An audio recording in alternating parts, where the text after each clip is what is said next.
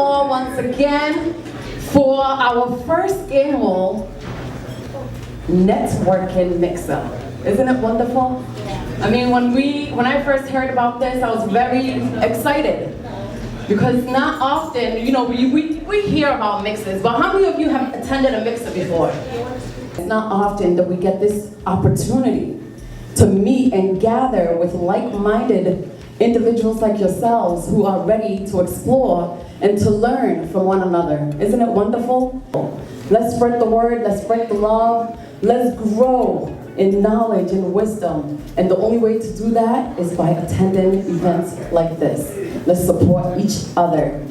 I'm not going to waste much of your time. At this time, I would like to introduce you to the President and CEO of the Ghanaian American Journal, Mr. Fred Kwadwo Treme. Welcome everybody to the Goodwin Hotel in Hartford, Connecticut. I know many of you have traveled from near and far, and I really want to say from the bottom of my heart that I appreciate you coming here today to support us. Usually when you start something for the very first time, it's not the easiest journey. And you often don't know the road you're taking. But you tread on, you tread on just to make sure that at least you get somewhere. And for all of you to show up here today, it tells me something, that at least we're on the right path. Yes. We may not be at the end of the road, but we are still on the journey. And thank you for coming here tonight. I can assure you, by the end of the night, you will leave here very inspired. You leave here wanting something more, hopefully in the near future. So this will not be a first, this will not be the last. We'll keep on treading, and we'll keep on bringing you something very useful, something that you will be worth your time every time you show up.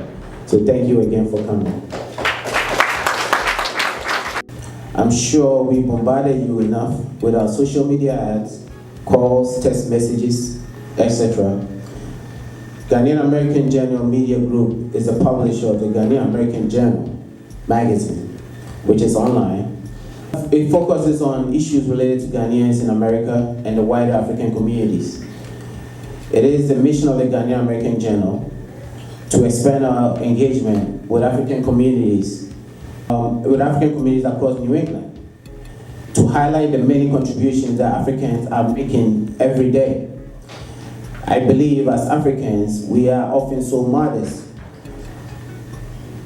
that we shield our achievements and impact in our society. And unfortunately, under this current administration, we almost have to prove our worth as citizens and residents of the United States. I'm sure you all know what I'm talking about. I think it's important that we make our voices heard.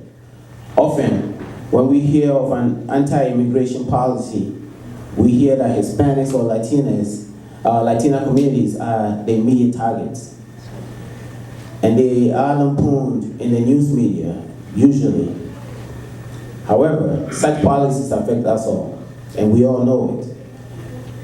Yet, we don't join the demonstration lines, we don't join the campaigns, we just work and pay our taxes, and we do a very good job at that as Africans.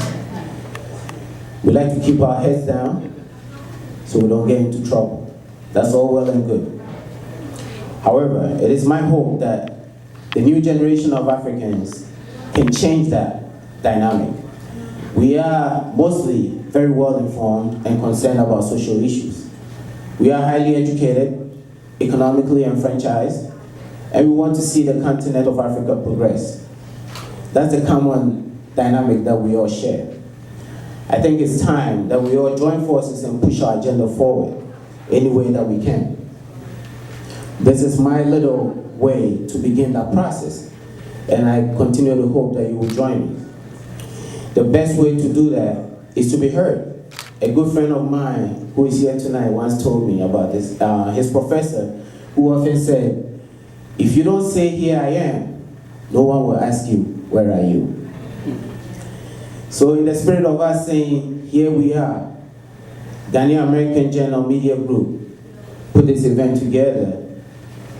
here in New England to say that we are also here in our various professional lives, helping to lift this region and this nation up through education, the economy, cultural, and through medicine and healthcare. We all know Ghanaians dominate the healthcare industry all over the US. Whether it's home healthcare, to nursing, to doctors, we're all over the place. So we play a key role in the affairs of this nation. In fact, my wife is here. You may see her, and most of you know her. She's a very smallish lady.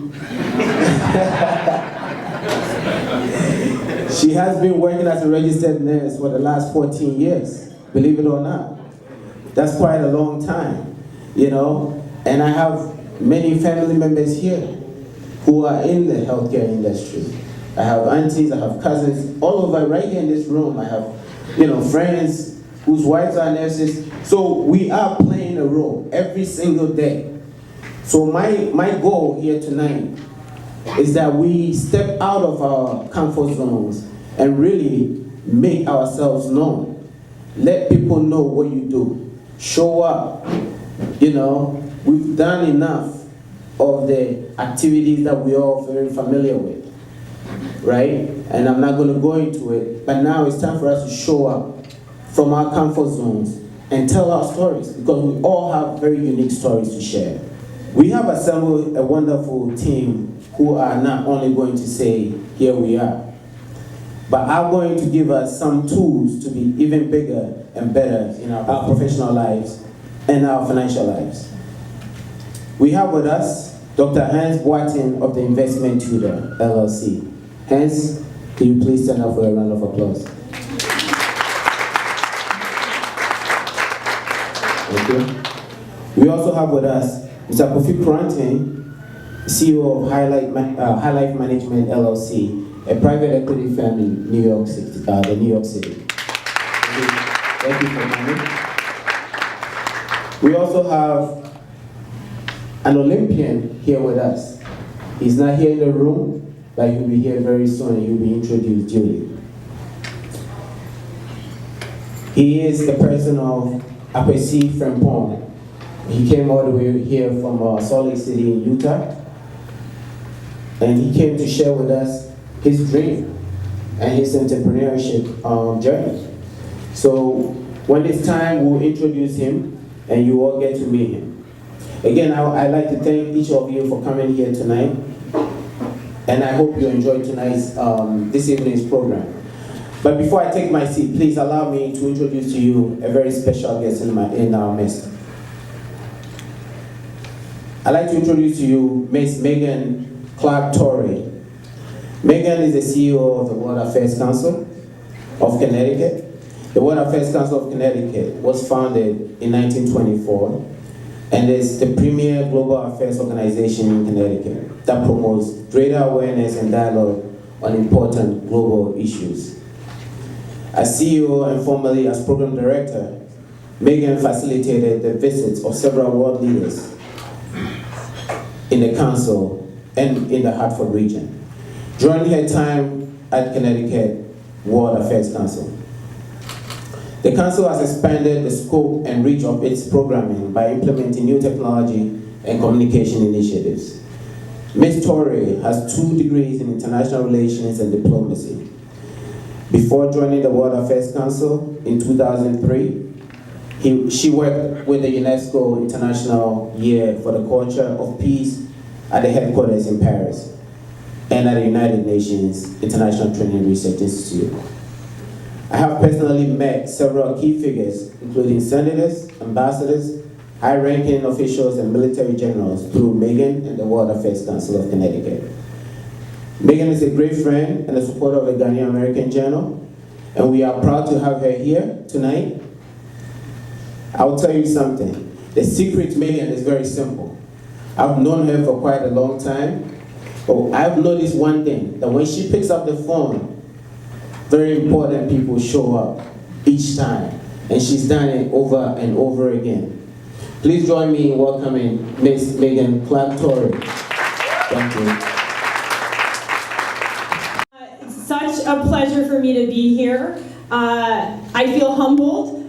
This is really an important thing for me. As you heard from Fred, the World Affairs Council of Connecticut was established in 1924. And it was established to combat the isolationism of the time. In 1924, the United States was saying, the world doesn't matter, let's withdraw from the world. Does that sound kind of familiar? Yeah. So every day I know that what we are doing at the council is more and more important, because right now what is going on in our country is exactly what was going on when the organization was established and why it was established.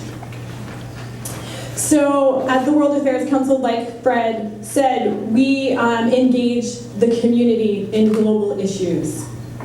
And part of my job is connecting globally. So if you think about just our community in Hartford and why that's important, $17 billion of the Connecticut economy flowed into our economy last year from around the world. 1 in 7 jobs in our state is tied to what's going on globally. 1 in 7 jobs is someone working in international trade or something that is impacted by the rest of the world. 1 quarter of our state, of our community, speaks a language other than English at home. 1/4 of our state is a global population. And if you look just here in Hartford, it's evident everywhere. And it's what makes our community a wonderful place to live. I have the opportunity in my job to connect with communities around the world. The Ghanaian community, Fred knows we had a very big program with Ghana a few years ago, and we're working on another big one.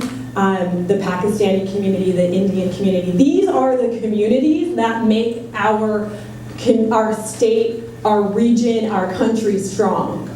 And so when Fred says, you know, stand up, be heard, he is so right, and it's so important for all of us to keep those connections with our community, but also, you know, stand up and use your right as a citizen.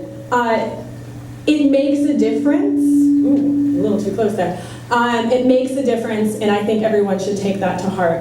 I get the opportunity to work in this state and work with around the world. And I know directly that what happens today in North Korea, in Mumbai, and in Accra does impact all of us here.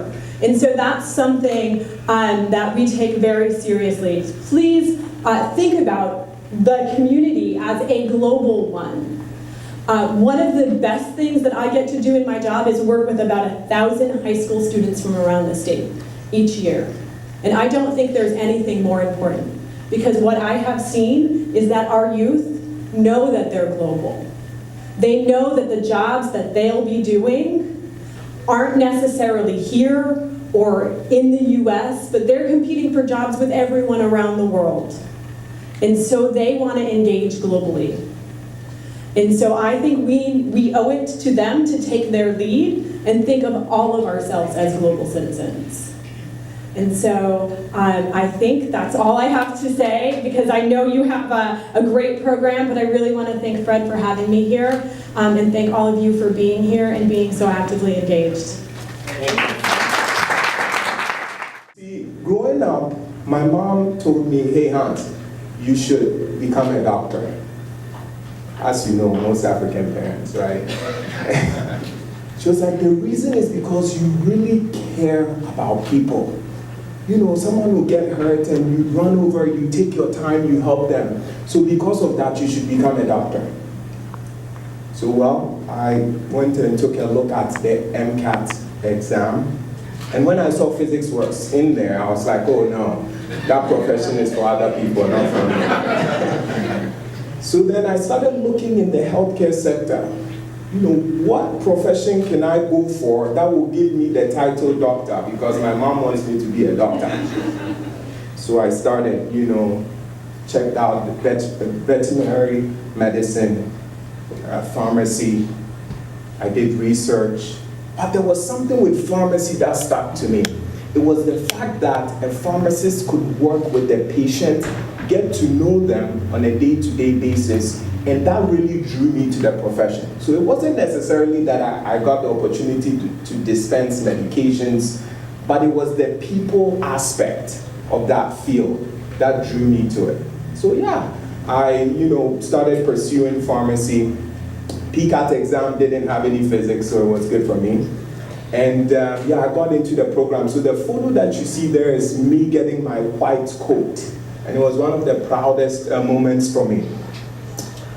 Up until this time, I didn't know anything about the topic of money. And we're gonna dive into most of the things that we hear about money, growing up. But for me, the transition came when I read this book called Rich Dad, Poor Dad. And I don't know if you've all read that book. If you haven't, please write it down and grab a copy, because that is the book that changed my life. Rich Dad, Poor Dad. So after reading that book, I was like, wow. So then the secret to success in this country is that you have to understand how the financial system works.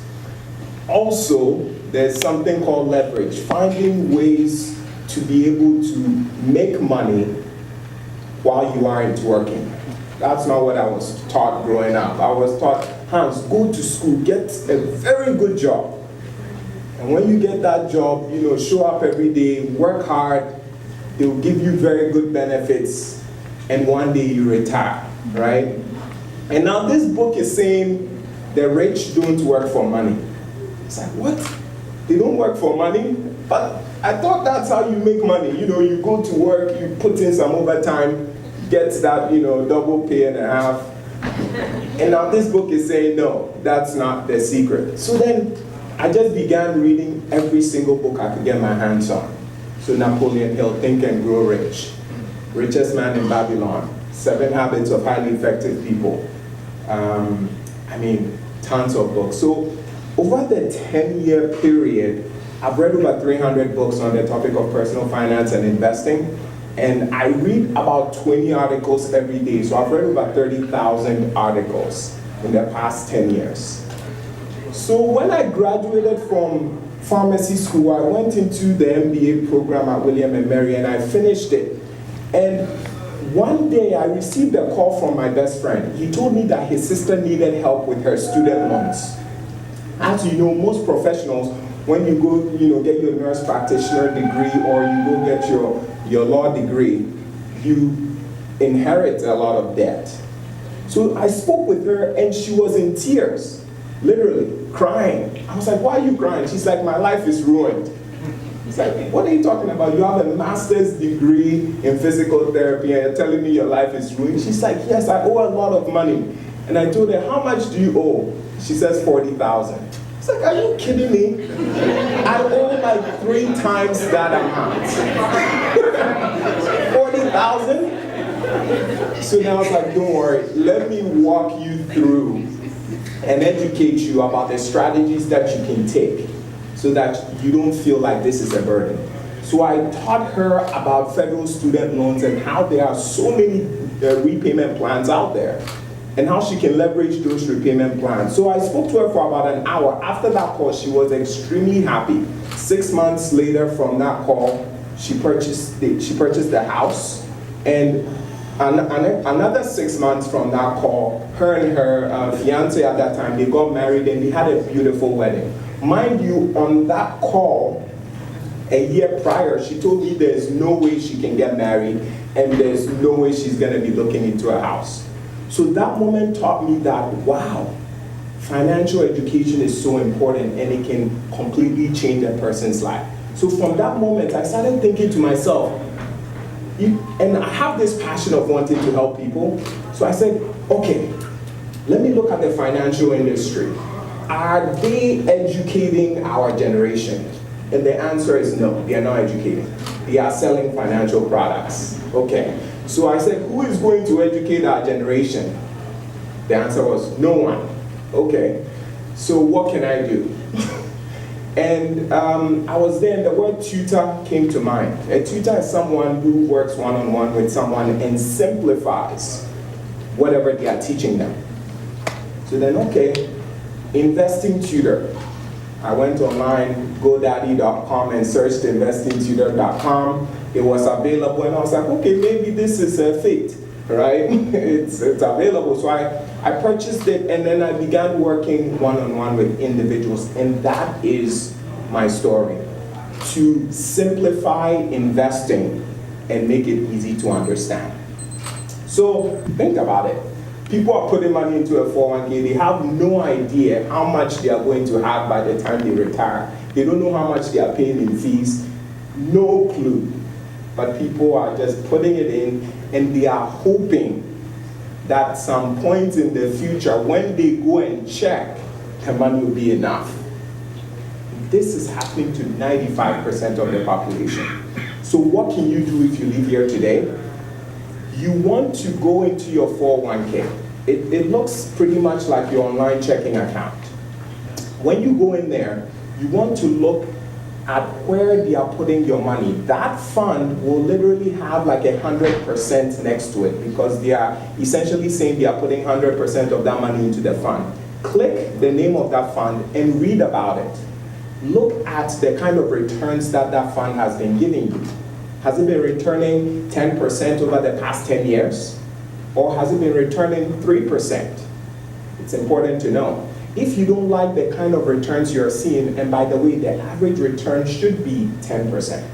If you don't like the returns that you're seeing, switch the fund. The way you switch the fund is you look through the different options you have till you find a fund that has an average return of around 10% over a 10-year period, okay? And once you find that fund, you want to look at something called expense ratio. Expense ratio is just the fee that they charge for the fund. And you want to try and aim for a fee that's less than 0.25%, okay? So if you remember that, find a fund that averages around 10% over a 10-year period, and as closer to 0.25 or less for the expense ratio, it will serve you really well. So moving on, what are some of the myths about money? So when we're growing up, what are we taught about money? And how do we change these myths? Save as much as you can. It's what we all typically hear, right? Save as much as you can. And the reason that our parents passed this down to us is because back in their time, they had, a 12% interest rate on a savings account. So when they say save as much as you can, they mean well. But today, the interest rate is around 0.05%. So then you put thousands of dollars in a savings account and you get a few cents every year. So save as much as you can is not the best strategy. I will actually show you or share the best way to save. Another myth that's out there is that you should pay off all your debt before you even think about doing anything else. And that's a popular notion, pay off all your debt. So then someone will graduate a professional program and they begin putting all of their hard-earned money towards debt. So they don't think about their future, they don't even think about saving enough money. They are just paying off debt. And we're gonna discuss that as well. And the very last myth is that investing is risky. Hans, investing is risky. Don't you know you can lose all your money? And I look at them and I say, I don't like risk. I dislike risk, in all honesty. Investing is not risky. You just have to understand how the stock market works. And let me explain how it works to you guys. The stock market goes up when companies share that they have a profit, okay?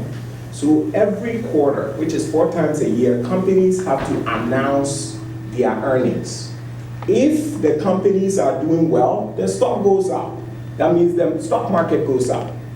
I don't know about you, but there is no company out there that wants to report let's say 5 years ago, we're making 1 billion, and then come back later the next year and say, oh yeah, we're still making 1 billion. No, every company wants to be more profitable. They want to cut costs. They want to offer a new product. They want to find ways to get into different industries. So by human nature, companies are always finding ways to make more money. So similar to how they are finding ways to make more money, because of that, the stock market always, over the long term, goes up. For the past 90 years, 90 years, the stock market altogether. So let's say you didn't even want to invest in individual companies and you were just buying the entire stock market. There's a strategy to be able to do that. The market has been returning 10% for the past 90 years. 10% for the past 90 years. When I found that out, it completely changed my life because I realized that a minimum wage worker, someone who's making $8 an hour or $7.20 an hour, can become a multi-millionaire if that person starts investing at age 20. I was shocked. I was like, what, really? Yes. If someone earning minimum wage starts investing $100 when they are 20 years old, by age 65, if they are getting a 10% return, just like the market has been doing, they will have 1 million. If they are able to get a 13% return, obviously with the 13% return, you need to know what you're doing. That minimum wage worker will have 3.3 million. And they were investing only $100 a month.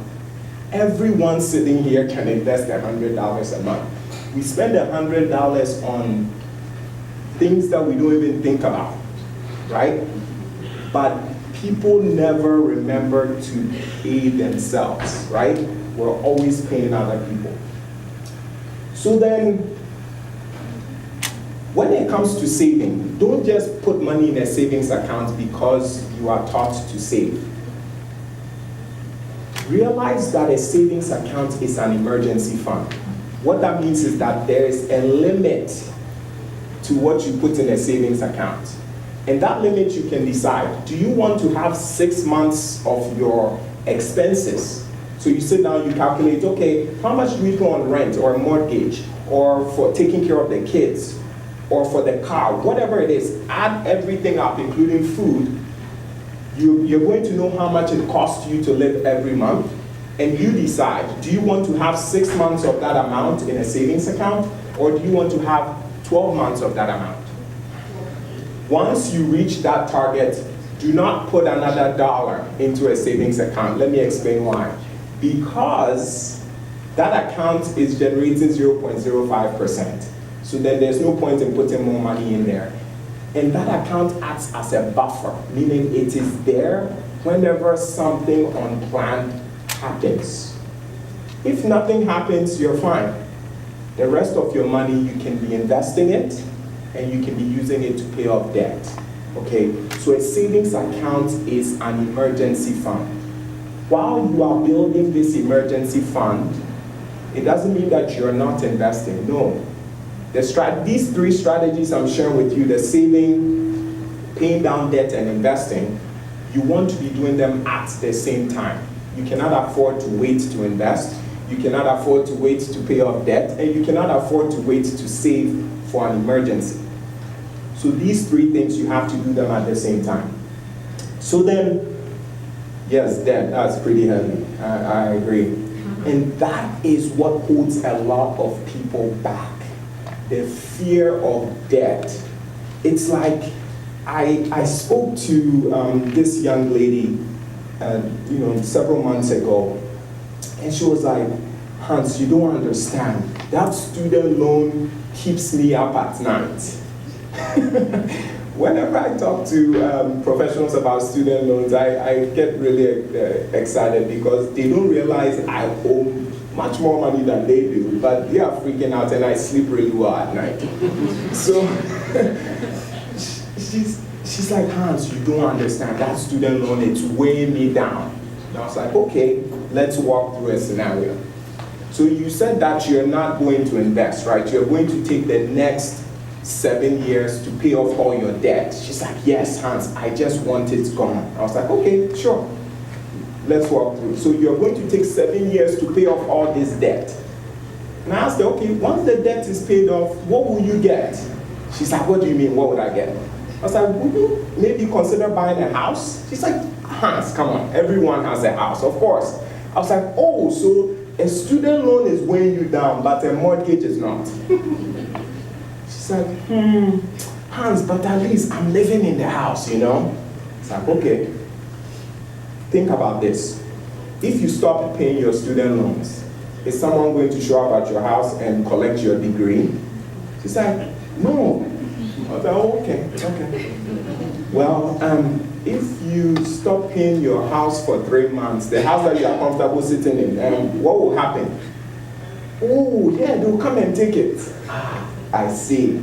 So I told her, so in actuality, a student loan is better to have than a mortgage because no one can take your degree away from you.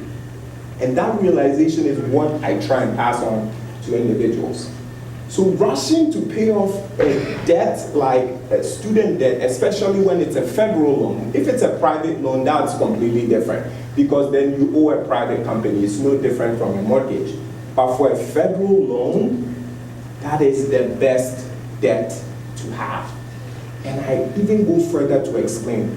The federal government, in all honesty, does not benefit when people are only paying off student loans. They don't benefit. The economy thrives when people are spending money. So when you're working or when you get your degree and you go to Chipotle or you go to, I was going to say Toys R Us, but I think we shut down. Right? But you shop, right? You go to your local supermarket or grocery store. Because you are spending money at that place, they can hire someone to work there. So every dollar that you spend is someone else's salary. That's how the economy thrives. So when you pay a student loan, is that giving someone a job? It's not. So to the government, it really is not advantageous. That's why they have over 10 repayment plans. They're like, just select how you want to pay us. Select it. Do you want to pay us only 10% of your salary, like what I'm doing, so I can start my business, right? I can start my business because if my salary is zero, I'm paying $0. And it doesn't impact my credit score, it doesn't change anything. But people will be like, I can't go and start a business because I'm not going to have money to pay my student loans. If you understood how the financial system works, you can take advantage of it. Okay? So then, we've talked about debt. With regards to debt, the simple thing I have to share is, you're saving, you're paying off debt, but you also want to be investing towards your future. And that's where a lot of people drop off because they focus so much on debt or they focus so much on savings that they don't set money aside for the future. And friends, I hope by my presentation to you all today, you begin to look at the future more optimistically. And with regards to investing, you don't need to be setting a lot of your money aside.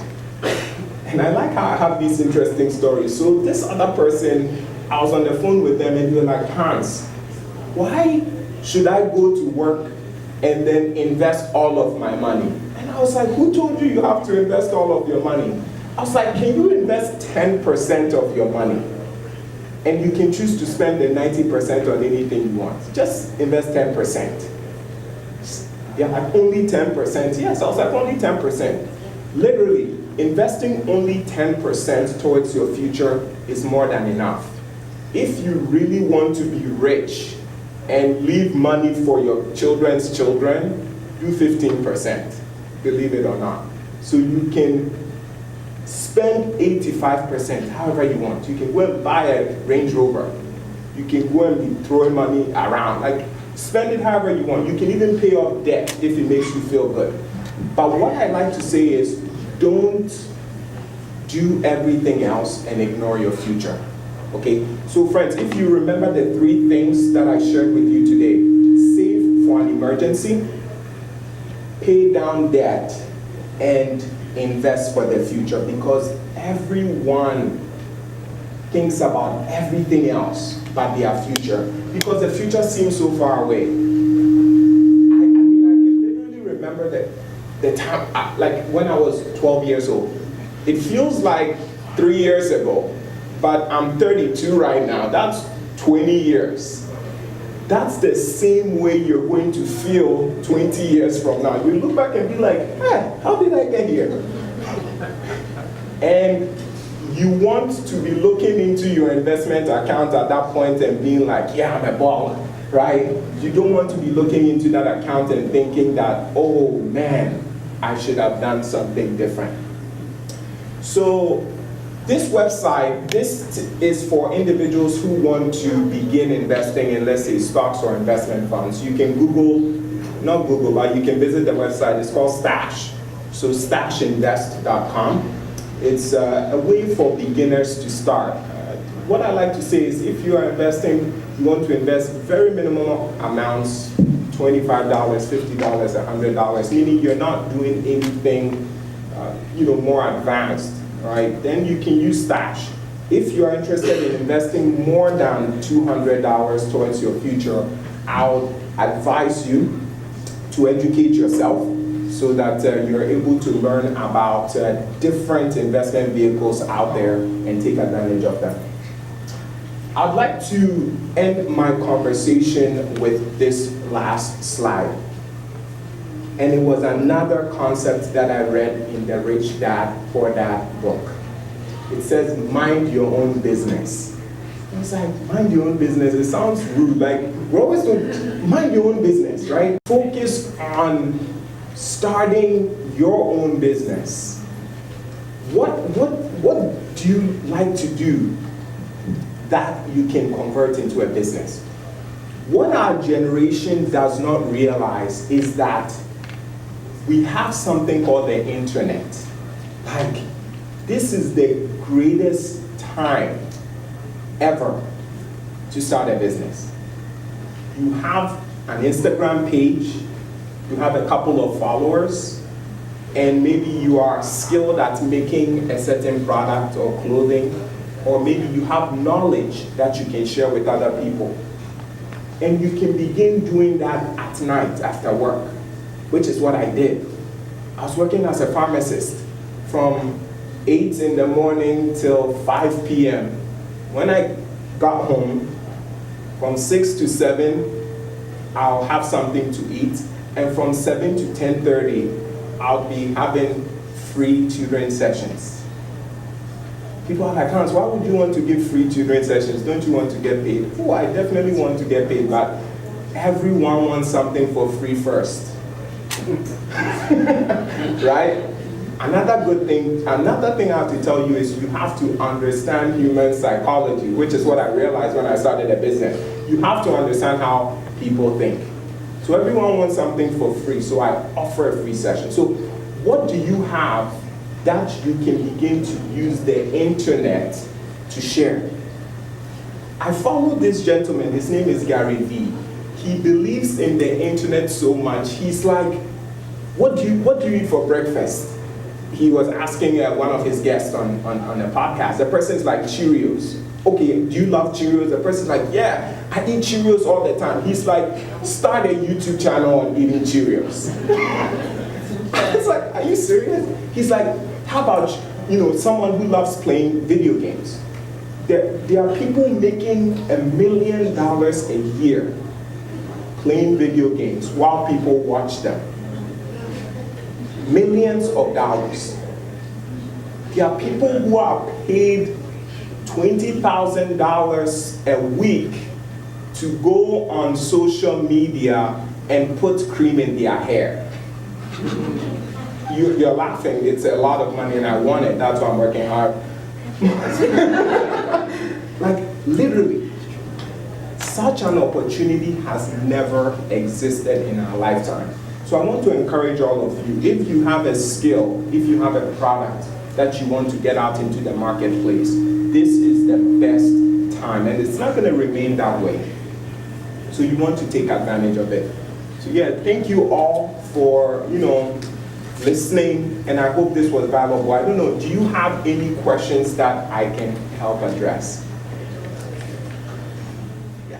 At this time, I'd like to welcome our Winter Olympian, the first Ghanaian to participate in our Winter Olympic Games. Mr. Kwesi Rimpon is here. Let's give a round of applause.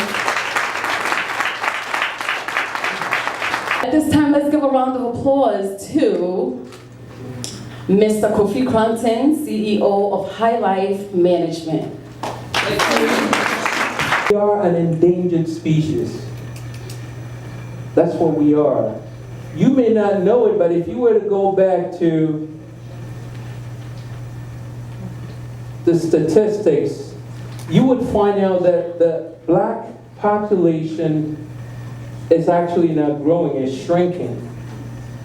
Now, of course, if you have somebody who's controlling what you eat and how you eat what you eat, that person is controlling you in more ways than you think.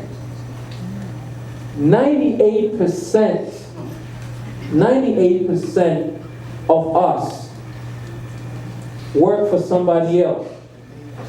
98% of us work for somebody else, and we work in their neighborhood. We don't work in our neighborhood. And just like Dr. Dan was saying, Dr. Hans was saying, when you read the book by Robert Kiyosaki, Rich Dad, Poor Dad, it talks about that. The problem is we have not come to the realization of understanding what a vertical integration is. What is a vertical integration? We have to start doing for ourselves. We hear all this talk about investing, that's good, but we have a chance now because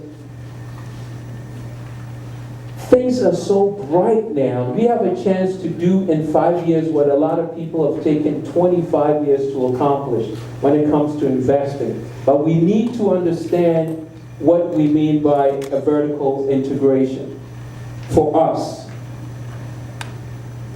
We send home over $8 billion every year in remittances, Ghanaians living abroad. And 95%, 98% of this money goes to waste because we don't have a system. I just want you to imagine how life would be like if just 10% of that 8 billion, we were using it for things here. $800 million.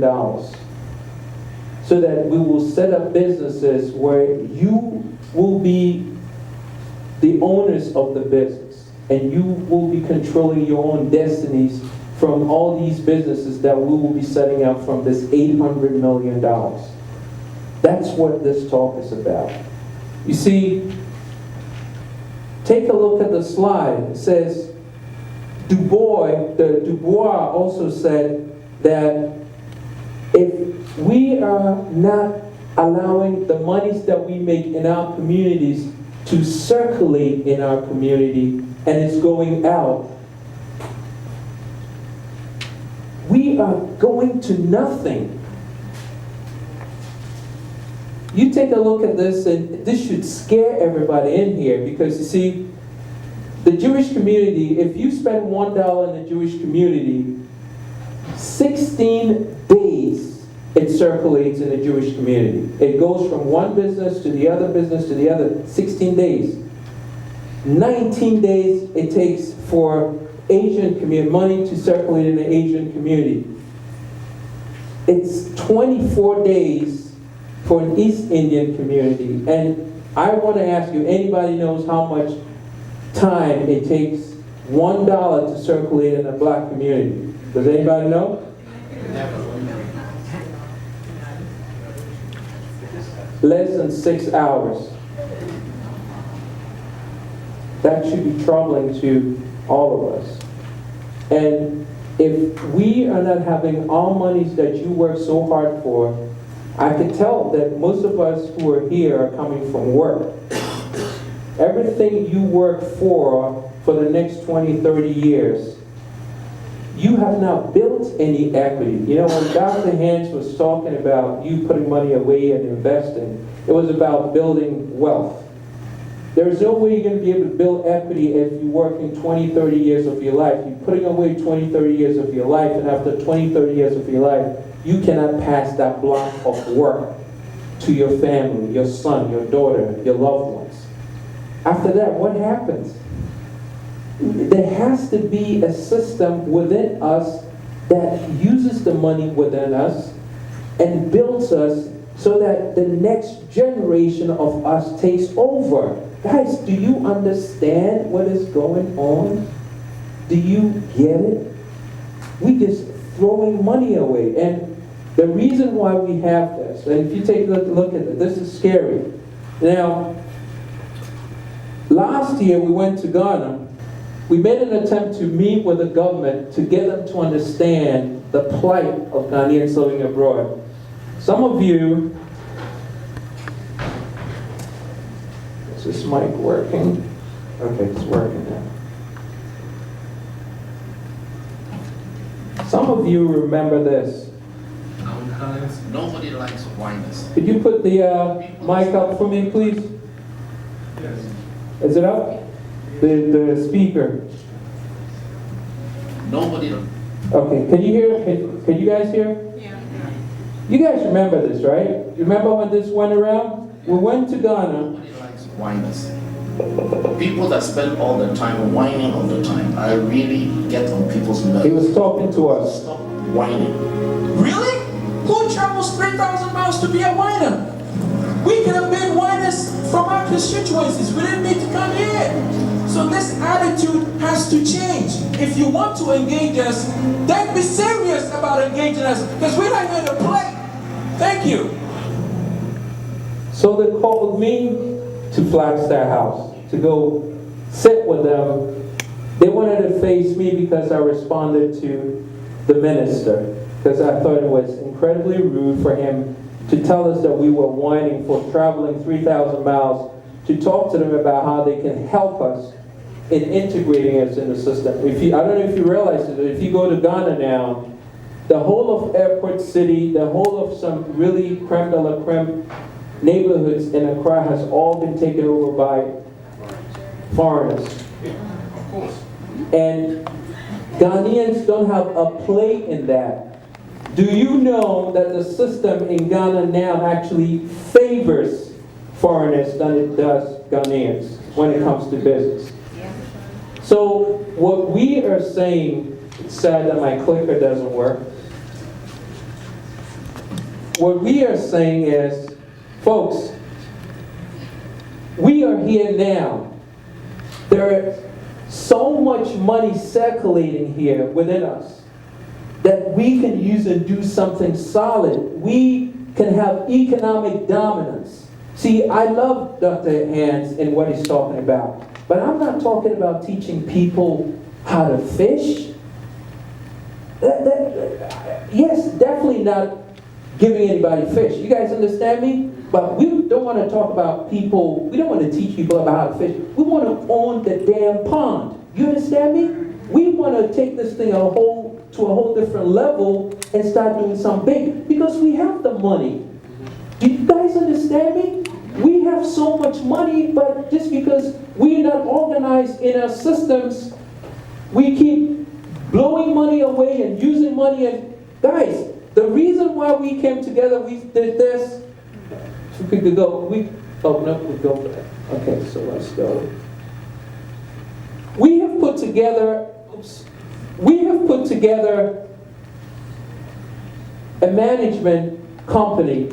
What we doing, that we in real estate, we buy real estate, and we fix real estate, and we make money from that. And it's a business that, listen, you could get together with anybody you know, get together, start a business, but we're talking about maybe coming together, building businesses. We don't have a lot of time now to go into the details of it, but what we're saying is folks, let's get together, let's plow some money together. Let's talk about millions, because we have the millions. We have the millions. He talked about, you know, your 401ks, your 403bs, your 457s, all these qualified plans. You have money sitting in there that you can actually take money out, and you're not going to be penalized if it's going into an organized plan. We can invest the money, buy properties, buy hotels, buy lots, buy all these things. Folks, just don't let us sit down and watch this thing happen. Ghana is almost done, and we're not going to Ghana anytime soon. And if we're going, we're going to be second class. The only way we're going to be able to make impact in Ghana is if we could take our monies that's organized and built here and bring it over to Ghana. You guys with me? So, listen. Unfortunately, due to time, we're going to have to start wrapping things up. Yeah, I know. But this is my information. I know we have a bunch of other speakers coming up. Our goal this year to raise $10 million, be part of this, and I'll leave my information here for you to contact. Thank you very much. Thanks, and welcome Mayor Luke and Sarah Broden. Thank you so much. Good evening, everyone. Sarah and I are so excited to be here to just say hello and welcome to Hartford. I had the opportunity to talk earlier this afternoon with Fred and with Akwasi, and it was great to get to spend some time and learn about what this organization is doing, learn about what the Ghanaian American Journal is doing to try to organize the African diaspora in New England, and it's really exciting because I see it here in Hartford and around Hartford, that the African diaspora is becoming a stronger and stronger part of our community, and that's so important. And we're grateful to you for coming together and for building the relationships that allow your community to become an even stronger part of Hartford and of Connecticut and of New England. So Sarah and I are just so proud to be here to welcome you. We hope that this event is the first of many, many more. I see the World Affairs Council represented here too, and hopefully that's a partnership that continues. But I look forward to attending more events in the future and doing everything I can to spread the word, to build the network, and make sure that we continue to make not just the Ghanaian American community, but the entire African diaspora in our city and in our state even stronger. So with that, I think we have a presentation that we want to do for Akwasi. I had the pleasure this afternoon of giving Akwasi a citation from the mayor's office, but this is much cooler than that. It's not a bronze or a silver or a gold medal. You're going to have to do that on your own, and we know you will. But it is a plaque just to honor you and all that you've accomplished and all that you've achieved and all that you will accomplish and achieve. And even though I'm the mayor, on behalf of the Ghanaian American Journal, it is an honor to present you with that.